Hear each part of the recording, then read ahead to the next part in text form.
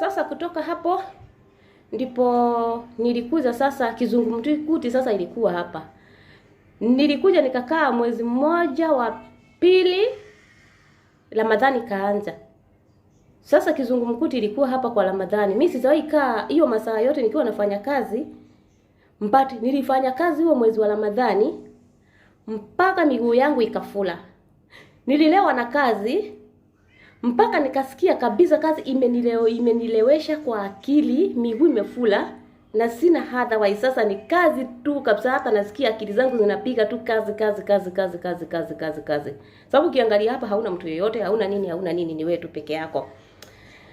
Sasa nilienda tu nikaendelea na kazi. Mpaka ilifika mahali ikawa sasa hii si wakati, sababu huku lazima kuwe na AC, sababu ya ile ndio inakuanga huku.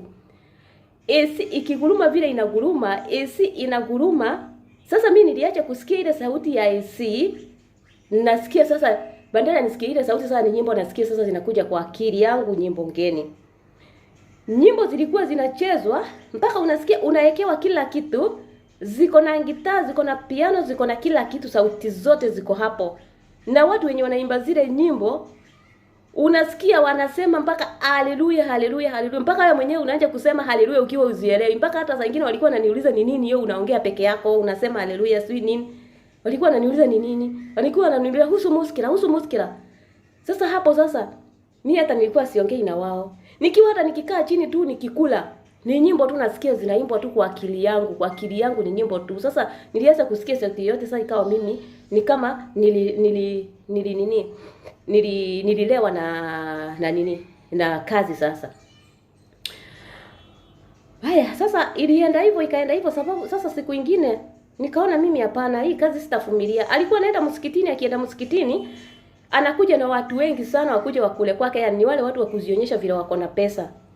Mimi nilikuwa nalala masaa 3 by the way. Na hiyo kitu pia iliniudhi sana. Sasa ile kulala masaa 3 nilikuwa nikaudhika. Sasa siku moja nikasema hapana, mimi nitakufa na hii kazi sitaiweza. Sasa ndio nilienda, wakaniacha, nikaenda nikatafuta credit, nikajaribu kuomba wenye waliniuzia credit kwa hizo supermarket zao. Wanipatie credit.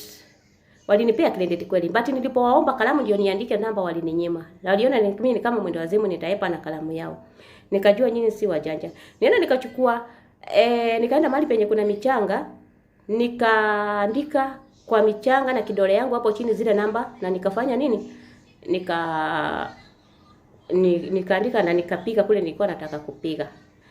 Nikaitikwa na nikaambiwa hebu enda hapo mbele kiasi, ukienda utoke mahali penye huko. Nikafanya hivyo, nikaingia taxi na nikapatia mwenye taxi simu, ndio ndio sasa akaongea na wenye sasa walikuwa nichukue huko mbele.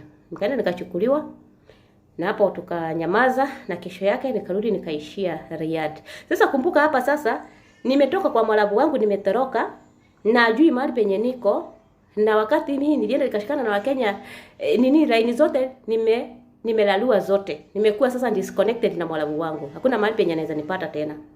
Sasa nimeingia kwa maisha ingine ya Kemboi.